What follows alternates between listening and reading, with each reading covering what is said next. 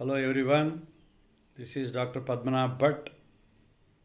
ಇವತ್ತು ನಾನು ಮಾತಾಡಲಿಕ್ಕೆ ಹೋಗುವಂತಹ ವಿಷಯ ಇರಿಟೇಬಲ್ ಬವೆಲ್ ಸಿಂಡ್ರೋಮ್ IBS. ಇದೇನಪ್ಪ ಹೊಸದು ಕಾಯಿಲೆ ಅಂತ ನೀವು ಕೇಳ್ಬೋದು. ಇದು ಸಿಂಪಲ್ ಮ್ಯಾಟರ್. ಅಂದರೆ ನಿಮ್ಮಲ್ಲಿ ಭಾಳ ಜನಕ್ಕೆ ನನಗೆ ಏನು ತಿಂದ್ರೂ ಇಮಿಡಿಯೇಟಾಗಿ ಟಾಯ್ಲೆಟಿಗೆ ಹೋಗಬೇಕು ಅಂತ ಅನಿಸುತ್ತೆ. ತಿಂದಿದ್ದು ಜೀರ್ಣ ಆಗೋ ಥರ ಕಾಣಲ್ಲ, ಯಾವಾಗಲೂ ಹೊಟ್ಟೆ ಉಬ್ಬರ ಬಂದಿರ್ತದೆ ಅಂತೇಳ್ಬಿಟ್ಟು. ಇದು ಒಮ್ಮೆ ಅಲ್ಲ, ಬರ್ತದೆ, ಮೆಡಿಸಿನ್ ಕೊಟ್ಟ ಮೇಲೆ ಹೋಗ್ತದೆ, ಮತ್ತೆ ಬರ್ತದೆ. ಸೊ ಪದೇ ಪದೇ ನಿಮ್ಮ ಕರುಳು ಅದಕ್ಕೆ ಇರಿಟೇಟ್ ಆಗುತ್ತೆ. ಯಾವುದೋ ಒಂದು ಫುಡ್ಡು, ಯಾವುದೋ ಒಂದು, ಆಮೇಲೆ ಹೇಳ್ತೀನಿ ನಾನು ಅದೇನು ಅಂತ. ಸೊ ಅದಕ್ಕೆ ಅದು ಇರಿಟೇಟ್ ಆಗಿಬಿಟ್ಟು ಹೊರಗಡೆ ಇಜೆಕ್ಟ್ ಮಾಡ್ತಾ ಇರ್ತದೆ, ಅದನ್ನು ಹೊರಗಡೆ ತಳ್ತಾ ಇರ್ತದೆ. ಸೊ ಇಂಥ ಮನುಷ್ಯರು ನಮ್ಮ ಹತ್ರ ಬಂದುಬಿಟ್ಟು, ಸರ್ ನಮಗೆ ಯಾವತ್ತೂ ಬೇದಿ ನಿಲ್ಲಲ್ಲ, ನಿಂತಂಗೆ ಆಗುತ್ತೆ, ಒಂದು 2 ದಿವಸ ಮೆಡಿಸಿನ್ ತಗೊಂಡ್ರೆ ಮತ್ತೆ ಬರುತ್ತೆ ಅಂತ. ಸೊ ಈ ಕಾಯಿಲೆಗೆ ಇರಿಟೇಬಲ್ ಬವೆಲ್ ಸಿಂಡ್ರೋಮ್ IBS, ಪದೇ ಪದೇ ಮೋಷನ್ ಆಗುವಂಥ ಕಾಯಿಲೆ, ಅಷ್ಟು ತಿಳ್ಕೊಳ್ಳಿ. ಇದಕ್ಕೆ ಕಾರಣಗಳೇನು? ಕಾರಣಗಳು ನಂಬರ್ 1 ಇಲ್ಲಿ ತೋರಿಸ್ತಾ ಇದ್ದೀನಿ. ಆಹಾರದಲ್ಲಿ ಡಯಟ್ನಲ್ಲಿ ನೀವು ನಾರ್ಮಲ್ ಡಯಟ್ ಅಲ್ಲದೆ ಇನ್ನು ಏನಾದರೂ ಬೇರೆ ಬೇರೆ ಥರದ್ದು ಫ್ಯಾಟ್ ಇರುವಂಥದ್ದು, ಆಯಿಲಿ ಫುಡ್ಡು, ಖಾರ ಇತ್ಯಾದಿ ತಗೊಳ್ತಾ ಇದ್ದರೆ ಅದು ಸ್ಟಮಕ್ಕನ್ನು ಇರಿಟೇಟ್ ಮಾಡಿಬಿಟ್ಟು, ಹಾಗೆಯೇ ಕರಳಿಗೆ ಆಹಾರ ಹೋಗುತ್ತಲ್ವ, ಅದು ಇರಿಟೇಟ್ ಆಗಿಬಿಟ್ಟು ಅಂಥ ಮನುಷ್ಯರಿಗೆ ಬೇದಿ ಶುರುವಾಗ್ತದೆ. ಆಮೇಲೆ ಕೆಲವು ಡ್ರಿಂಕ್ಸ್ಗಳು, ಕೂಲ್ ಡ್ರಿಂಕ್ಸ್ಗಳು ಇತ್ಯಾದಿ, ಅದು ಕೂಡ ನಿಮ್ಮ ಬೇದಿಗೆ ಕಾರಣ ಆಗ್ಬೋದು. ಮತ್ತು ಮೆಂಟಲ್ ಏಲ್ಮೆಂಟ್ಸು, ಅಂದರೆ ಮಾನಸಿಕ ರೋಗಗಳು, ಸ್ಟ್ರೆಸ್ಸು. ಮನುಷ್ಯನಿಗೆ ಮೆಂಟಲ್ ಏಲ್ಮೆಂಟ್ಸಲ್ಲಿ ಎಂಗ್ಸೈಟಿ, ತುಂಬ ಉದ್ವೇಗ, ಖಿನ್ನತೆ, ಇವು ಕೂಡ IBSಗೆ ಕಾರಣವಾಗ್ತವೆ. ಆಮೇಲೆ ಇಮೋಷನಲ್ ಸ್ಟ್ರೆಸ್, ಅಂದರೆ ಯಾವಾಗಲೂ ಚಿಂತೆ ಮಾಡೋದು. ಒಂದು ಈಗ ಉದಾಹರಣೆಗೆ ನಾಳೆ ಮ್ಯಾಥ್ಸ್ ಎಕ್ಸಾಮ್ ಇದೆ ಅಂತಾರೆ ಅಂದರೆ ಇವತ್ತು ಫುಲ್ ಟೆನ್ಷನ್ ಮಗನಿಗೆ, ಹುಡುಗನಿಗೆ ಹೋಗ್ಬಿಟ್ಟು ಒಂದು 2 ಅದು ಓದ್ತಾ ಇದ್ದಾಗೇ ಆಗಾಗೆ ಟಾಯ್ಲೆಟಿಗೆ ಹೋಗಬೇಕು ಅಂತ ಅನಿಸುತ್ತೆ ಅವನಿಗೆ. So stress. ಆಮೇಲೆ ಮಕ್ಕಳಿಗೆ ಎಕ್ಸಾಮ್ ಆಯಿತು, ದೊಡ್ಡವರಿಗೆ, ಹೆಣ್ಣುಮಕ್ಕಳಿಗೆ, ನಮ್ಮಲ್ಲಿ ಹೆಣ್ಣುಮಕ್ಕಳು ಭಾಳ ಜನ ಬರ್ತಾರೆ ಇರಿಟೇಬಲ್ ಬವೆಲ್ ಸಿಂಡ್ರೋಮ್ನವರು. ಏನಂದರೆ ಮಕ್ಕಳಿಗೆ ಬೆಳಗ್ಗೆ ಬೇಗ ತಿಂಡಿ ಆಗಬೇಕು, ಗಂಡನಿಗೆ ಪಾರ್ಸೆಲ್ ಮಾಡಬೇಕು, ತಿಂಡಿ ಕಟ್ಟಿಕೊಡಬೇಕು, ಮಕ್ಕಳಿಗೆ ಬಾಕ್ಸಿಗೆ ಹಾಕಬೇಕು, ಹೀಗೆ ಒಂದಷ್ಟು ಸ್ಟ್ರೆಸ್ ಇರ್ತದೆ ಅವರಿಗೆ. ಸೊ ಈ ಸ್ಟ್ರೆಸ್ ಇರುವಂಥ ಹೆಂಗಸರಿಗೆ ಸಾಧಾರಣ ಮಟ್ಟಿಗೆ ಪದೇ ಪದೇ ಮೋಷನ್ಗೆ ಹೋಗೋಣ ಅಂತ ಅನಿಸುತ್ತೆ. ಸೊ ಸ್ಟ್ರೆಸ್, ಮೆಂಟಲ್ ಸ್ಟ್ರೆಸ್, ಮಾನಸಿಕ ಖಿನ್ನತೆ ಮತ್ತು ಉದ್ವೇಗ, ಎರಡೂ. ಅಲ್ಲಿ ಉದ್ವೇಗನೂ ಇರುತ್ತಲ್ವ.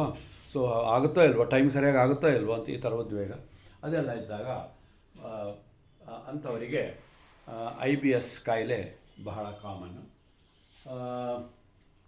ಆಮೇಲೆ ಇನ್ಫೆಕ್ಷನ್ಗಳು, ಇದಲ್ಲದೆ ಆಹಾರದ ಮೂಲಕ ಇನ್ಫೆಕ್ಷನ್ಗಳು ಹೋಗ್ತವೆ. ನಿಮಗೆ ನಾನು ಮುಂಚೆ ಡಯರಿಯಾ ಇದರಲ್ಲಿ ಹೇಳಿದ್ದೀನಿ ನಾನು, ಯಾವುದಕ್ಕೆ ಬ್ಯಾಕ್ಟೀರಿಯಾಗಳಿಗೆ, ಕೆಲವು E. coli ಅನ್ನುವಂಥ ಬ್ಯಾಕ್ಟೀರಿಯಾ, ಕೆಲವು ಬ್ಯಾಕ್ಟೀರಿಯಾಗಳು ಒಳಗಡೆ ಹೋಗಿಬಿಟ್ಟು ಬೇದಿಯನ್ನು ಉಂಟು ಮಾಡ್ತವೆ. ಅಥವಾ ಅದು ಎಂಟಮೀಬಾ ಹಿಸ್ಟೋಲೆಟಿಕ, ಅಂದರೆ ಡಿಸೆಂಟ್ರಿಕ್ ಉಂಟು ಮಾಡುವಂಥದ್ದು. ಸೊ ಆ ಥರ ಇನ್ಫೆಕ್ಷನ್ ಆದಾಗ ಕೂಡ ಬೇದಿ ಆಗ್ತದೆ. ಸೊ ಆಹಾರ ಪದಾರ್ಥಗಳು, ಆಮೇಲೆ ಮಾನಸಿಕ ಖಿನ್ನತೆ, ಸ್ಟ್ರೆಸ್ಸು, ಆಮೇಲೆ ಕೆಲವು ಫುಡ್ ಐಟಮ್ಗಳು, ಮತ್ತು ಇನ್ಫೆಕ್ಷನ್ಸು, ಆಮೇಲೆ ಗ್ಯಾಸ್ಟ್ರೋ ಇಂಟೆಸ್ಟೈನಲ್ ಮೋಟಾರ್ ಪ್ರಾಬ್ಲಮ್ಸ್ ಅಂತಂದರೆ ಇಲ್ಲಿ ಒಂದು ಇದೆ ನೋಡಿ, GI ಮೋಟಾರ್ ಪ್ರಾಬ್ಲಮ್ಸ್ ಅಂತ ಅಂದರೆ, ನಾವು ನಾರ್ಮಲ್ ಆಗಿ ಒಂದು ಬೆಳಿಗ್ಗೆ ಎದ್ದ ತಕ್ಷಣ ನಾವು ಮೋಷನ್ಗೆ ಹೋಗ್ತೀವಿ, ಮತ್ತು ಮಧ್ಯಾಹ್ನ ಸಾಯಂಕಾಲ ಇನ್ನೊಂದು ಸರ್ತಿ ಹೋಗ್ಬೋದು, ಅಷ್ಟು ಹೋಗದೇ ಇರ್ಬೋದು. ಒಂದು ಸರ್ತಿಗೆ ಕೆಲವರಿಗೆ ಕ್ಲಿಯರ್ ಆಗಿಬಿಡ್ತದೆ, ಆರಾಮಾಗಿರ್ತದೆ. ಆದರೆ ಕೆಲವರಿಗೆ ಒಂಚೂರು ಹೈಪರ್ ಮೊಟಿಲಿಟಿ, ಅಂದರೆ ಆ ಇಂಟೆಸ್ಟೈನ್ ನಾರ್ಮಲಾಗಿ ಅದು ಮೂವ್ಮೆಂಟ್ ಮಾಡ್ತಾ ಇರ್ತದೆ, ಇಂಟೆಸ್ಟೈನಲ್ ಮೂವ್ಮೆಂಟ್ಸ್ ಒಂದು ನಾರ್ಮಲ್ ಪ್ಯಾಟರ್ನಲ್ಲಿ ಹೋಗ್ತಾ ಇರ್ತದೆ. ಕೆಲವು ಸರ್ತಿ ಯಾವುದೋ ಕಾರಣಕ್ಕೆ ಇದ್ದಕ್ಕಿದ್ದಾಗೆ ಅದು ಫಾಸ್ಟಾಗಿ ನಡೆಯುವಂಥದ್ದು ಪ್ರಾಬ್ಲಮ್ ಬರ್ಬೋದು. ಸೊ ಈ ಥರ ಫಾಸ್ಟ್ ಆದಾಗ ಅದರ ಮೊಟಿಲಿಟಿ, ಇಂಟೆಸ್ಟೈನ್ದು ಮೊಟಿಲಿಟಿ ಇಟ್ಸೆಲ್ಫ್ ಫಾಸ್ಟ್ ಆಗ್ಬೋದು. ಹಾಗಾಗಿ ಆ ಟೈಮ್ನಲ್ಲಿ ಮೋಷನಿಗೆ ಹೋಗಬೇಕು ಅನ್ನೋಂಥ ಒಂದು ಅರ್ಜು ಬರಲಿಕ್ಕೆ ಶುರುವಾಗ್ತದೆ. ಸೊ ಸೊ ಇದು ಕಾಸ್ಗಳು. ಆಮೇಲೆ ಯಾವಾಗ ನಿಮಗೆ ಗಾಬರಿ ಆಗುವಂತಹ ಸನ್ನಿವೇಶ ಯಾವಾಗ, ಈ IBS ಅಂದರೆ ಸರಿ ಆಯಿತು, ಡಾಕ್ಟ್ರ್ ಔಷಧಿ ಕೊಡ್ತಾರೆ ಸರಿ ಹೋಗ್ತದೆ ಅಂತ ಅಂದ್ಕೊಂಡಿದ್ದೀರಾ. ಆದರೆ ಯಾವಾಗ ನೀವು ಗಾಬರಿ ಆಗಬೇಕು, ಏನು ಅಲಾರ್ಮಿಂಗ್ ಸೈನ್ಸ್ ಏನು, ಅದು ಇಲ್ಲಿದೆ. ಸೊ ಇದು ದೊಡ್ಡ ಕರಳು, ನೀವು ನೋಡ್ತಾ ಇದ್ದಂಗೆ ಇದು ದೊಡ್ಡ ಕರಳು. ದೊಡ್ಡ ಕರಳಿನಲ್ಲಿ ಅದರದ್ದು ಮೂಮೆಂಟ್ ಜಾಸ್ತಿ ಆಗಿಬಿಟ್ಟಲ್ಲ ಬರೋದು. ಇದು ಸಣ್ಣ ಕರಳು, ಸಣ್ಣ ಕರಳಿನ ಮೂಮೆಂಟ್ ಜಾಸ್ತಿ ಆಗಿಬಿಟ್ಟು ಮುಂದಕ್ಕೆ ದೊಡ್ಡ ಕರಳಿಗೆ ಹೋಗ್ಬಿಟ್ಟು ಕೆಳಗಡೆ ಮೋಷನ್ ಆಗ್ತದೆ. ಯಾವುದೇ ಅದು ಅಲಾರ್ಮಿಂಗ್ ಸೈನ್ಸ್ ಯಾವಾಗ ನೀವು ಗಾಬರಿ ಬೀಳಬೇಕು. ಒಂದು ಅನೀಮಿಯಾ ಅಂದರೆ ರಕ್ತಹೀನತೆ, ಇದ್ದಕ್ಕಿದ್ದಾಗೆ ನನಗೆ ಏನು ತೊಂದರೆ ಇಲ್ಲ, ಆದರೆ ಯಾಕೋ ಬರ್ತಾ ಬರ್ತಾ ಒಂಥರ ತಲೆ ಸುತ್ತು ಬರೋದು, ಒಂಥರ ಕಣ್ಕತ್ಲು ಬಂದಂಗೆ ಆಗೋದು ಎಲ್ಲ ಆಗ್ತದೆ. ಆಮೇಲೆ ಡಾಕ್ಟ್ರ್ ಹತ್ರ ಹೋಗ್ತೀರಾ, ಎನೀಮಿಯಾ ಅಂತ ಹಿಂಗೆ ನೋಡಿಬಿಟ್ಟು ಇಲ್ಲಿ ನೋಡಿಬಿಟ್ಟು ರಕ್ತ ಇಲ್ಲಮ್ಮ ನಿಮಗೆ ಅಂತೇಳಿ. ರಕ್ತ ಇಲ್ಲ ಅನ್ನೋದಕ್ಕೆ ಕಾರಣ ಏನು? ರಕ್ತ ಇಲ್ಲ ಅನ್ನೋದು ಒಂದು ಹೇಳ್ಬೋದು, ಬಟ್ ಕಾರಣ ಏನು? ಕಾರಣ ಹಲವಾರು ಇರ್ಬೋದು. ಅದು ನಾನು ಅನೀಮಿಯಾ ಚಾಪ್ಟ್ರಲ್ಲಿ ಮಾತಾಡಿದ್ದೀನಿ, ಅನೀಮಿಯಾ ಟಾಪಿಕ್ ಮಾತಾಡಿದ್ದೀನಿ.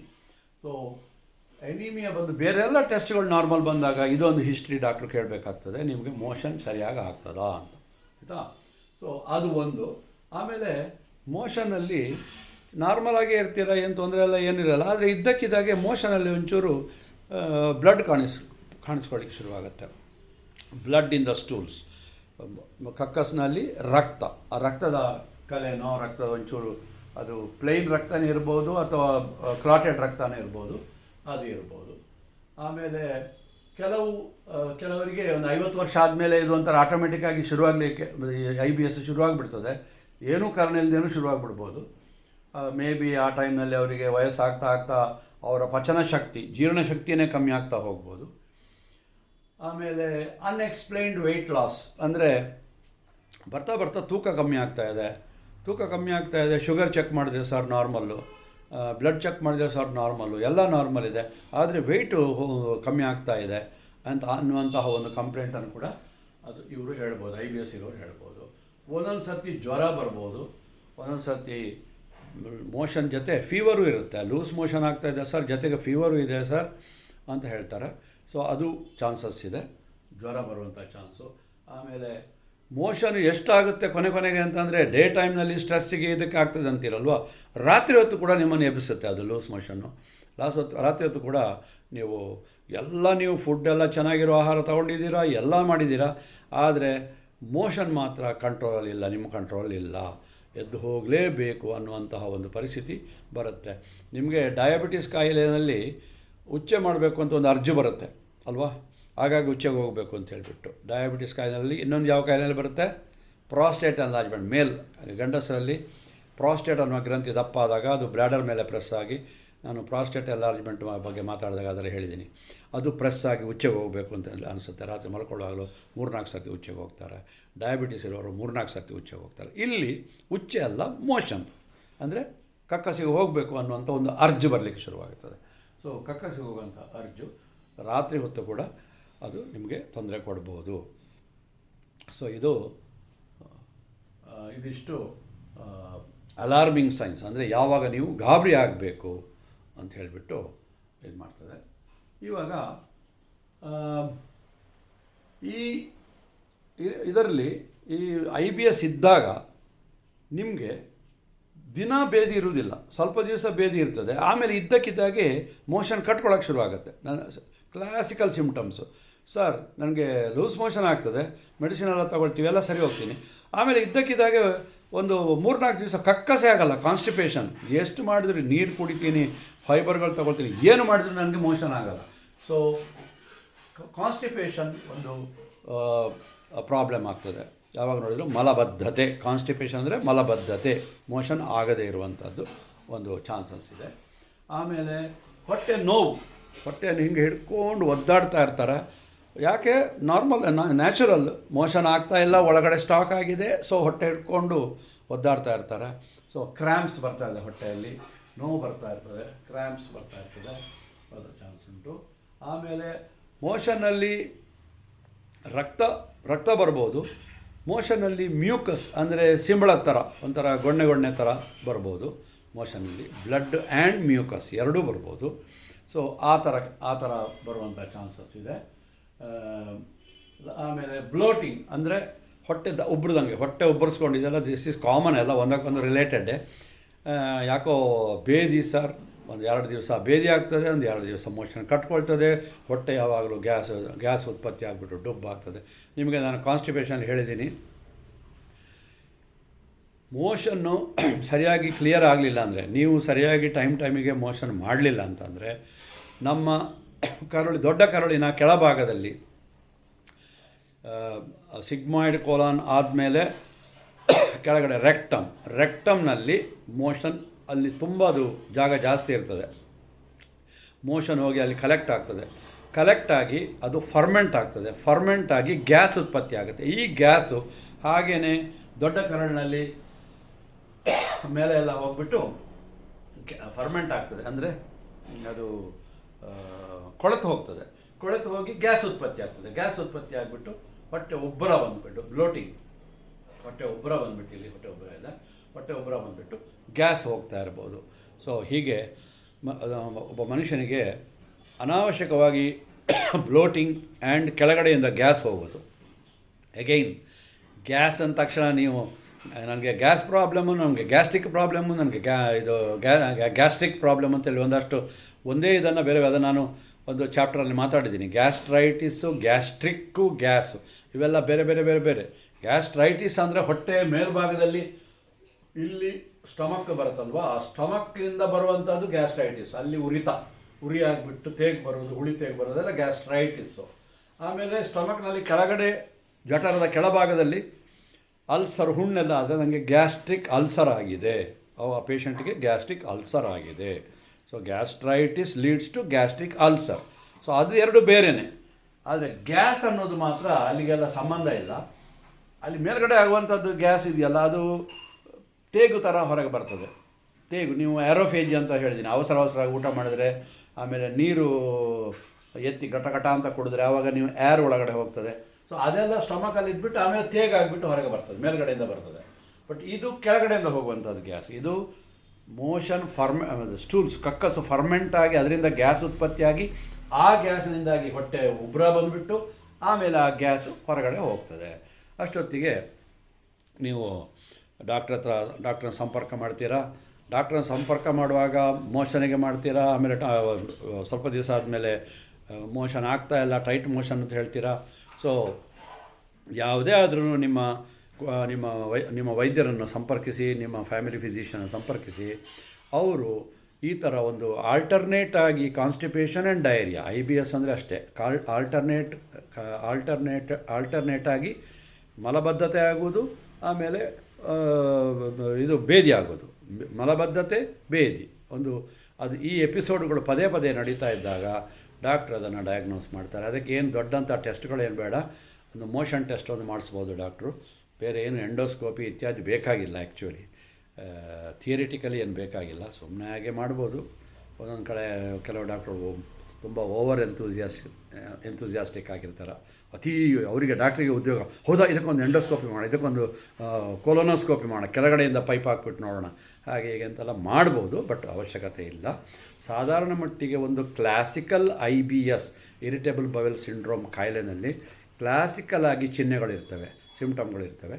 ಡಾಕ್ಟ್ರು ಸ್ವಲ್ಪ ಅದೇ ನಾನು ಯಾವಾಗ ಹೇಳ್ತಾ ಇದ್ದಂಗೆ ಸ್ವಲ್ಪ ಸರ್ವಿಸ್ ಆಗಿರೋ, ಎಕ್ಸ್ಪೀರಿಯನ್ಸ್ ಆಗಿರೋ ಡಾಕ್ಟರ್ ಹತ್ರ ನೀವು ಹೋದರೆ ಅವರು 2+2 4 ಅಂತ ಹೇಳ್ಬಿಟ್ಟು ಡಯಾಗ್ನೋಸ್ ಮಾಡ್ತಾರೆ. ಇದು ಇರಿಟೇಬಲ್ ಬವೆಲ್ ಸಿಂಡ್ರೋಮ್ ಅಂತ ಹೇಳ್ಬಿಟ್ಟು ಮಾಡ್ತಾರೆ. ಅದಕ್ಕೆ ಏನು ಟ್ರೀಟ್ಮೆಂಟ್ ಕೊಡಬೇಕು ಅಂತ ವೈದ್ಯರಿಗೆ ಚೆನ್ನಾಗುತ್ತೋ, ಡಾಕ್ಟ್ರಿಗೆ ಚೆನ್ನಾಗುತ್ತೋ. ಇದಕ್ಕೆ ಎಲ್ಲದಕ್ಕೂ ಆ್ಯಂಟಿಬಯೋಟಿಕ್ ಅಲ್ಲ. ಇದಕ್ಕೆ depending upon the cos, infection ಆಗಿದೆ ಅದಕ್ಕೆ ಬ್ಯಾಕ್ಟೀರಿಯಲ್ ಇನ್ಫೆಕ್ಷನ್ ಆಗಿದ್ದರೆ, ಆಮೇಲೆ ಇದು ಎಂಟಮೀಬಾ ಹಿಸ್ಟೋಲಿಟಿಕ್ ಅಂತ ಹೇಳಿದೆ, ಆ ಥರದ್ದು ಏನಾದರೂ ಆಗಿದೆ ಅದಕ್ಕೆ ಸರಿಯಾಗಿ ಔಷಧಿಗಳು ಕೊಡ್ತಾರೆ. ಆಮೇಲೆ IBSನಲ್ಲಿ ಬಹಳ ಮುಖ್ಯವಾಗಿ ನಾವು ಏನು ಕೊಡ್ತೀವಿ ಅಂತಂದರೆ ಪ್ರೀಬಯೋಟಿಕ್ಸ್ ಮತ್ತು ಪ್ರೋಬಯೋಟಿಕ್ಸ್ ಅಂತ ಹೇಳ್ಬಿಟ್ಟು ಒಂದಷ್ಟು ವಿಟಮಿನ್ಗಳೆಲ್ಲ ಇರ್ತವೆ. ಈ ವಿಟಮಿನ್ಗಳು ಭಾಳ ಮುಖ್ಯ. ವಿಟಮಿನ್ಗಳು, ಕೆಲವು ಎನ್ಸೈಮ್ಗಳು ಡೈಜೆಷನ್ ಪವರ್ ಇಂಪ್ರೂವ್ ಆಗಲಿಕ್ಕೆ. ಸೊ ಇದನ್ನೆಲ್ಲ ಡಾಕ್ಟ್ರು ಅವರ ಡಿಸ್ಕ್ರಿಪ್ಷನ್ಗೆ ಬಿಡಿ, ಅವರ ಒಂದು ಬುದ್ಧಿವಂತಿಕೆಗೆ ಬಿಟ್ಬಿಡಿ. ಅವ್ರು ಹೇಳಿದ ಔಷಧಿಗಳನ್ನು ತಗೊಳ್ಳಿ. ಮುಖ್ಯವಾಗಿ ಹೇಳುವಂಥದ್ದು ಪ್ರೀಬಯೋಟಿಕ್ಸ್ ಆ್ಯಂಡ್ ಪ್ರೋಬಯೋಟಿಕ್ಸ್ ಅನ್ನುವಂಥ 2 ವರ್ಗದ ಪದಾರ್ಥಗಳು, ಔಷಧಿಗಳನ್ನು ಕೊಡ್ತಾರೆ ಡಾಕ್ಟ್ರು. IBS ಕಂಟ್ರೋಲಿಗೆ ಬರ್ತದೆ. ಹಾಗೆಯೇ ನಿಮಗೆ ಯಾವ ತೊಂದರೆಯಿಂದ ಬರ್ತಾಯಿದೆ ಅದನ್ನು ನೀವು ಸರಿ ಮಾಡ್ಕೊಳ್ಬೇಕು. ಸ್ಟ್ರೆಸ್ಸು, ಇಮೋಷನಲ್ ಪ್ರಾಬ್ಲಮ್ಗಳು, ಸ್ಟ್ರೆಸ್ಗಳು ಇದನ್ನೆಲ್ಲ ಕಮ್ಮಿ ಮಾಡ್ಕೊಳ್ಬೇಕು.